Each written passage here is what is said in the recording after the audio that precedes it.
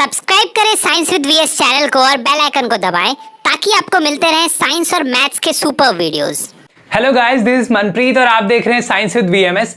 आज हम लोग क्लास 9 के ऑल फॉर्मूलाज करेंगे। कौन से चैप्टर के? जो चैप्टर हमारा चल रहा था, ग्रेविटेशन चल रहा था ना। हाँ, तो इसमें थ्रस्ट एंड प्रेशर भी आपके बुक में इसी में दिया हुआ है, ग्रेविटेशन में दिया हुआ है, तो वो वाला भी इंक्लूडेड है इसमें। तो चलिए स्टार्ट करते हैं। ग्रेविटेशन चैप्टर बेसिकली जब हम लोगों ने स्टार्ट किया था तो पहले किससे स्टार्ट किया था आप लोगों को याद होगा, और जिसने वो वीडियो नहीं देखी है, चैप्टर वाली वीडियो नहीं देखी है, वो सारी चीजें मैं यहां बताऊंगा वैसे, लेकिन यहां पे थोड़ा फास्ट फॉरवर्ड में होगा। इसमें जो जो चीजें होंगी वो आप वहां पे जाके अगर देखिएगा तो आपको पता लगेगा वो चीजें आई कहां से। ठीक है, ये तो सिर्फ फॉर्मूलाज होंगे ना हमारे। हाँ, तो जब हम स्टार्ट करते हैं अपना ग्रेविटेशन चैप्टर तो हमने देखा था कि दो ऑब्जेक्ट्स होते हैं। ठीक है, इन दोनों के बीच का एक फोर्स होता है, सेंटर से जो फोर्स होता है, डिस्टेंस जिसका सेंटर से मेजर होता है, उस फोर्स को हम क्या बोलते हैं? उसी को तो हम लोग ग्रेविटेशन फोर्स बोलते हैं, है ना। ग्रेविटेशनल फोर्स उसी को बोलते हैं, है ना। तो ग्रेविटेशनल फोर्स का फॉर्मूला जो था हमारा क्या था? F इज इक्वल टू जी, जो हमारा क्या है? जी क्या है अपना? ये है अपना यूनिवर्सल ग्रेविटेशनल कांस्टेंट। ठीक है, ये आपको याद रखना है हमेशा कि जी हमारा जो कैपिटल जी है वो यूनिवर्सल ग्रेविटेशन कांस्टेंट है। ठीक है, और इस जी की वैल्यू भी तो थी ना कुछ। क्या थी सर? आप लोगों को तो याद ही होगा, अभी इस यूनिवर्सल ग्रेविटेशन कांस्टेंट की वैल्यू थी 6.67 इंटू 10⁻⁻11, और यूनिट जो था अटपटा सा, बहुत बड़ा सा, क्या आया था यूनिट? न्यूटन मीटर स्क्वायर पर केजी, यही आया था ना हमारा। हाँ, इस चीज को आपको हमेशा याद रखना है। न्यूमेरिकल्स में तो बहुत जरूरत होगा। ठीक है, कहीं कहीं पे दिया भी होता है, कहीं कहीं पे नहीं भी दिया होता है। ठीक है, तो आपको बहुत ज्यादा जरूरत होगा इसका। हाँ, तो अब आते हैं फॉर्मूला पे। यहां पे क्या था? ये जो था ये m1 है, ये हमारा m2 है। m1 into m2 by D square, distance का स्क्वायर। और डिस्टेंस कहां से मेजर करते थे भैया? हम लोग सेंटर से मेजर करते थे सर डिस्टेंस को। तो ये हमारा फॉर्मूला आ गया, ये एरो मिटा दे रहे हैं, है ना। ये हमारा फर्स्ट फॉर्मूला आ चुका है। डिस्टेंस यही है डी, ये वाला यहां से यहां तक। ठीक है, आपको पता ही होगा, चैप्टर आप लोगों ने पढ़ा हुआ है। हाँ, अब जो था इसके बाद क्या पढ़ा था हमने? ग्रेविटी के बारे में, है ना। Acceleration due to gravity, acceleration due to gravity.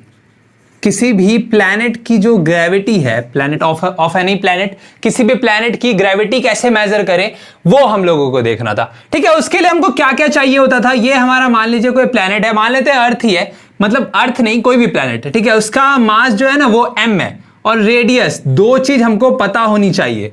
ठीक है, तब हमको क्या पता लग जाएगा कि यहां पे जो बंदा खड़ा है ना उस पर कितनी ग्रेविटी काम कर रही है। कैसे पता लग जाएगा sir? G is equal to small g is equal to क्या होता है हमारा? देखिए यहां पे जो था ना यूनिवर्सल ग्रेविटेशन कांस्टेंट, वो भी यहां लगेगा, और ये कैपिटल M जो है वो यहां लगेगा बाय r स्क्वायर। समझ में आया? ये आ गया हमारा क्या फॉर्मूला। ठीक है, ये एक्सेलरेशन ड्यू टू ग्रेविटी की फॉर्मूला है। अब देखिए इसी का ग्रेविटेशनल फोर्स का ही एक और कॉन्सेप्ट है हमारा, weight. Weight is nothing but it is gravitational force applied on an body of. एक प्लैनेट पे कितना ग्रेविटेशनल फोर्स लग रहा है उसी को तो हम लोग क्या बोलते हैं? वेट बोलते थे ना। हाँ, तो W इज इक्वल टू हमारा क्या हो जाता है? फिर से प्लैनेट का मास होना चाहिए, रेडियस होना चाहिए, और यहां पे मान लीजिए कोई ऑब्जेक्ट है जिसका मास है m। ठीक है, कोई बोले कि उसका वेट निकालो इस प्लैनेट पे कितना होगा। हाँ, पता है ना आप लोगों को, पर्टिकुलर प्लैनेट पे वेट पर्टिकुलर होता है। अगर आप दूसरे प्लैनेट पे जा रहे हैं, कहीं और जा रहे हैं, यहां से चांद पे जा रहे हैं, तो आपका वेट क्या हो जाएगा? 1/6 हो जाएगा। वो भी अभी हम लोग पढ़ेंगे। ठीक है, तो देखिए वेट, अगर इसका हमको वेट निकालना है तो कैसे निकलेगा वो weight? W is equal to क्या हो जाएगा? M और G, ये जो मास है और ये जो G है, उस प्लैनेट का जो ग्रेविटी है उसको अगर हम किसी ऑब्जेक्ट के मास से मल्टीप्लाई कर दें तो हमको क्या मिल जाएगा सर? उसका वेट पता लग जाएगा। ठीक है, तो वेट जो है वो क्या है? वो हमारा ग्रेविटेशनल फोर्स है। कोई पूछेगा कैसे, तो क्या कीजिएगा? देखिए वेट को हम लोगों ने लिखा है ऐसे, ये जो मास है ना, मास को हम लोग थोड़ा साइड में लिखते हैं, और ये G की वैल्यू क्या है? G की वैल्यू देखिए, G की वैल्यू है हमारी capital G capital M upon R square. देखिए ये चीज और ये चीज आपको सेम ही लग रहा होगा दोनों फार्मूला। हाँ सर, तो दोनों फॉर्मूलाज आपको याद रखने की जरूरत ही नहीं है, एक फॉर्मूला भी अगर याद हो गया तो दूसरा तो अपने से बन जाएगा अपना, है ना। अब अगर हम बात करें कि ग्रेविटी ऑन मून, अर्थ और ग्रेविटी, अर्थ की ग्रेविटी और मून की ग्रेविटी का कंपैरिजन हम लोगों ने कुछ देखा था उस चैप्टर में, तो चलिए उसको भी देख लेते हैं एक बार कि इसको मिटाना, ये आप यहीं लिखते हैं, ग्रेविटी ऑन मून, ठीक है, ग्रेविटी ऑफ मून नहीं है, हाँ ग्रेविटी ऑन मून, किसी भी ऑब्जेक्ट पे कितनी ग्रेविटी काम कर रही है मून पे, वो क्या होता है 1/6 ऑफ ग्रेविटी ऑन अर्थ हो जाता है, ठीक है। ये चीज आप लोगों ने चैप्टर में भी देखा था, यहां पे भी सेम चीज, अब ग्रेविटी हो रहा है वैसा तो वेट में भी तो होगा, क्योंकि यहां पे भी तो ग्रेविटी है ना, हाँ, तो weight on moon, weight on moon is equal to 1/6 of weight on earth. ये वेट ऑफ मून नहीं है, वेट ऑन मून है, और ये वेट ऑफ अर्थ नहीं है, वेट ऑन अर्थ है। आपको हमेशा बस इसको याद रखना है। बाकी इधर आपका कुछ बचा नहीं है, यहां पे देखिए आपको समझ में आ गया होगा कि ये F ही है जो W है, मतलब वेट और फोर्स जो ग्रेविटेशनल फोर्स है दोनों हमारा इक्वल है, मतलब सेम है, weight is equal to gravitational force आप बोल सकते हैं। चलिए अब थ्रस्ट एंड प्रेशर वाले पार्ट पे चलते हैं। देखिए थ्रस्ट एंड प्रेशर वाले में ज्यादा कुछ है नहीं, उसमें आप लोगों को पता ही लग गया होगा क्या क्या। देखते हैं पहले, मतलब इसमें आर्किमेडिक्स प्रिंसिपल भी है ना, वो भी देखना पड़ेगा आप लोगों को। देखिए मान लेते हैं एक जार है, एक वैक्यूम मतलब एक ट्यूब टाइप का है, ठीक है, उसमें एक ऐसा करके डिलीवरी ट्यूब बना हुआ है। ये आप लोगों ने चैप्टर पढ़ते वक्त भी देखा ही होगा, है ना, उसमें भी हम लोगों ने बनाया था, थोड़ा ड्राइंग है टेढ़ा मेढ़ा मेरा, ठीक है। उसमें यहां तक पानी भरा हुआ है, यहां तक पानी भरा हुआ है, ठीक है। अब एक ऑब्जेक्ट लेते हैं, एक ऑब्जेक्ट लेते हैं जिसका हम मास, जिसका हम वेट निकालते हैं कहां, एयर में, ठीक है। इसका अगर एयर में वेट निकाले तो वेट है इन एयर WA, ठीक है, कुछ इसका वेट आया। लेकिन जब हम इसी ऑब्जेक्ट को पानी में डुबा दिए, इस ट्यूब में डुबा दिए, ज्यादा बड़ा बन गया ऑब्जेक्ट, है ना, छोटा करते हैं थोड़ा सा, हाँ, इसको जब हम लोगों ने पानी में डुबा दिया तो इसका वेट तो चेंज होना चाहिए, है ना, वेट चेंज होगा। क्यों वेट चेंज होगा, क्योंकि वही चीज देखना है अपने को, क्योंकि पानी में जब कोई ऑब्जेक्ट आता है ना तो वो ऊपर की तरफ उस पर क्या लगाता है, फोर्स लगाता है, जिसको हम लोग बायंट फोर्स बोलते हैं, है ना, बायंसी पढ़ा था ना हम लोगों ने, हाँ, या फिर अप थ्रस्ट बोलते हैं। क्यों, क्योंकि ऊपर की तरफ परपेंडिकुलरली फोर्स लग रहा है, इसलिए उसको अप थ्रस्ट भी बोलते हैं, ठीक है। हाँ, थ्रस्ट मतलब परपेंडिकुलरली फोर्स जो लग रहा है उसको थ्रस्ट बोलते हैं, ये तो आप लोगों को पता ही होगा अभी तक, हाँ।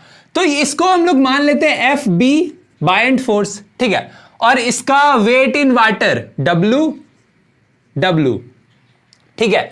अब अगर हम आपसे पूछें कि इसका वेट इन एयर जो था वो 7 किलो था और वेट इन वाटर जो है वो 5 किलो हो गया, मतलब वेट तो घटेगा, क्यों, क्योंकि फोर्स लग रहा है, अपवर्ड फोर्स उस पर एक्ट कर रहा है, तो वेट तो कम होगा ही, है ना। तो बताइए बाइंड फोर्स कितना लग रहा है, तो आप तो बोल दीजिएगा सर कि 2 किलो लग रहा है।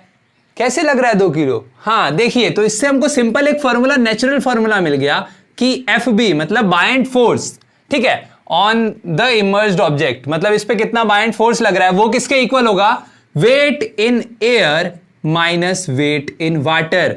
कैसे सर, ये 7 किलो था, ये 5 किलो हो गया, मतलब 2 किलो ही तो फोर्स लग रहा है ना, बाइंड फोर्स 2 किलो ही लग रहा है उसमें, है ना। तो ये तो हमारा सिंपल फॉर्मूला, नेचुरल फॉर्मूला हमको मिल गया, ठीक है।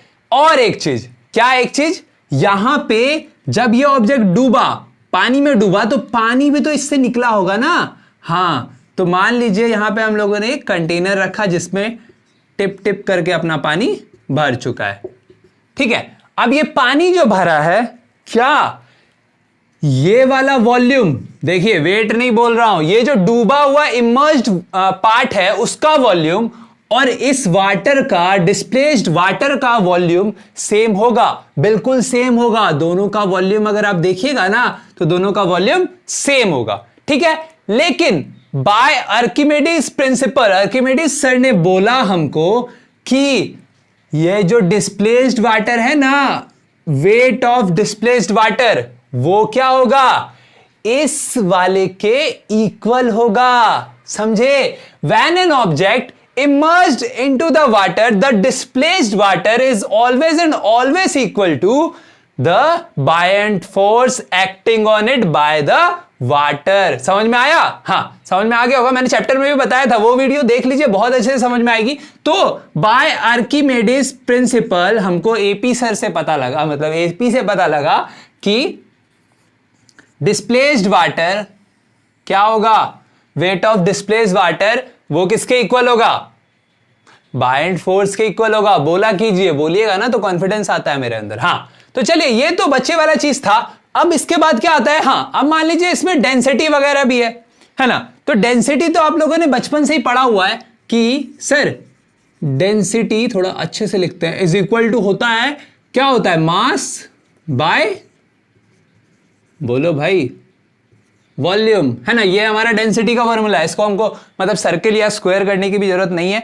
लेकिन अब अगर हमसे पूछे, डेंसिटी तो था सर, इसमें एक नया चीज आ गया, ऐड हो गया, रिलेटिव डेंसिटी ऐड हो गया, है ना। तो रिलेटिव डेंसिटी क्या हो जाएगी, रिलेटिव डेंसिटी, आरडी लिखते हैं इसको, ये आरडी शर्मा नहीं, रिलेटिव डेंसिटी है। रिलेटिव डेंसिटी मतलब density of substance upon density of water. क्या समझ में आया इससे सर, कि अगर आपको कोई बोले कि रिलेटिव डेंसिटी किसी चीज की 1 है, ठीक है, तो वो किसके कंपैरिजन में 1 है, वाटर के डेंसिटी के कंपैरिजन में 1 है ना। 1 है अगर किसी की रिलेटिव डेंसिटी, इसका मतलब है वो वाटर के डेंसिटी के इक्वल डेंसिटी है उसका, ठीक है। दोनों का डेंसिटी क्या है, सेम है, वाटर का और उस सब्सटेंस का, ठीक है। सब्सटेंस रखा है, लिखा है मैंने इसीलिए यहां पे। हाँ, अब अगर कोई बोले, अच्छा लिख देते हैं उसको, क्या क्या लिखना है, 3 पॉइंट आ रहे हैं यहां से। कौन कौन से पॉइंट्स आ रहे हैं, अगर रिलेटिव डेंसिटी पहले तो छोटा है, कम है, ठीक है, स्मॉलर देन 1 है, रिलेटिव डेंसिटी स्मॉलर देन 1 है, तब क्या हुआ, उसका डेंसिटी क्या है, कम है या ज्यादा है, उसका डेंसिटी क्या है सर, कम है, किसके डेंसिटी के मुकाबले में, डेंसिटी ऑफ वाटर, ठीक है, डेंसिटी ऑफ वाटर के कंपैरिजन में उसका डेंसिटी कम है। कब, जब स्मॉलर देन 1 आ रहा है उसका रिलेटिव डेंसिटी, ठीक है, और जब इक्वल टू 1 आ रहा है तो उसका डेंसिटी क्या है, वाटर का डेंसिटी के इक्वल है। ये रिलेटिव डेंसिटी के बारे में मैं बता रहा हूं, ठीक है। अब अगर ग्रेटर देन 1 आ जाए, उसका रिलेटिव डेंसिटी किसी सब्सटेंस का ग्रेटर देन 1 आ जाए, तो इसका मतलब है उसका डेंसिटी वाटर के डेंसिटी से ज्यादा है, ठीक है, समझ में आ गया। हाँ, तो अब आप पूछिएगा सर कि इसी में लगे हाथ हमको वाटर का डेंसिटी भी पता चल जाए तो ज्यादा अच्छा होगा। ठीक है सर, वाटर का डेंसिटी अगर सीजीएस यूनिट में देखे, सीजीएस सिस्टम में देखे तो 1 ग्राम पर सेंटीमीटर क्यूब होता है, और अगर एसआई में देखे तो 1000 केजी पर मीटर क्यूब होता है सर। ठीक है, अब थोड़ा सा मतलब कंफ्यूजन रहा होगा यहां रिलेटिव डेंसिटी को लेके। अगर आप सिंपल समझिए कि मान लीजिए किसी का रिलेटिव डेंसिटी 1.5 है, ठीक है, 1.5 है, तो उसका रिलेटिव डेंसिटी ना वाटर के रिलेटिव डेंसिटी के कंपैरिजन में 1.5 गुना ज्यादा है। ठीक है, किसी का डेंसिटी अगर 2 है, रिलेटिव डेंसिटी अगर 2 आ रहा है किसी भी सब्सटेंस का, तो उसका डेंसिटी वाटर के डेंसिटी के कंपैरिजन में 2 गुना ज्यादा है। अगर 3 आ रहा है तो 3 गुना ज्यादा है। ठीक है, अगर 0.5 आ रहा है तो 0.5 गुना ज्यादा है। इसका मतलब क्या है, आधा गुना कम है ना, 0.5 है। हाँ, तो यहां पे आपका फॉर्मूलाज वाली वीडियोस, फॉर्मूला वाला वीडियो भी खत्म हो गया। कल या परसों तक में आपको न्यूमेरिकल वाली वीडियो मिल जाएगी, सो स्टे ट्यून्ड। और अगर चैनल को सब्सक्राइब नहीं किया है तो कर दीजिए। इस वीडियो तक को अगर यहां तक देख लिया है तो लाइक भी कर सकते हैं। Thank you.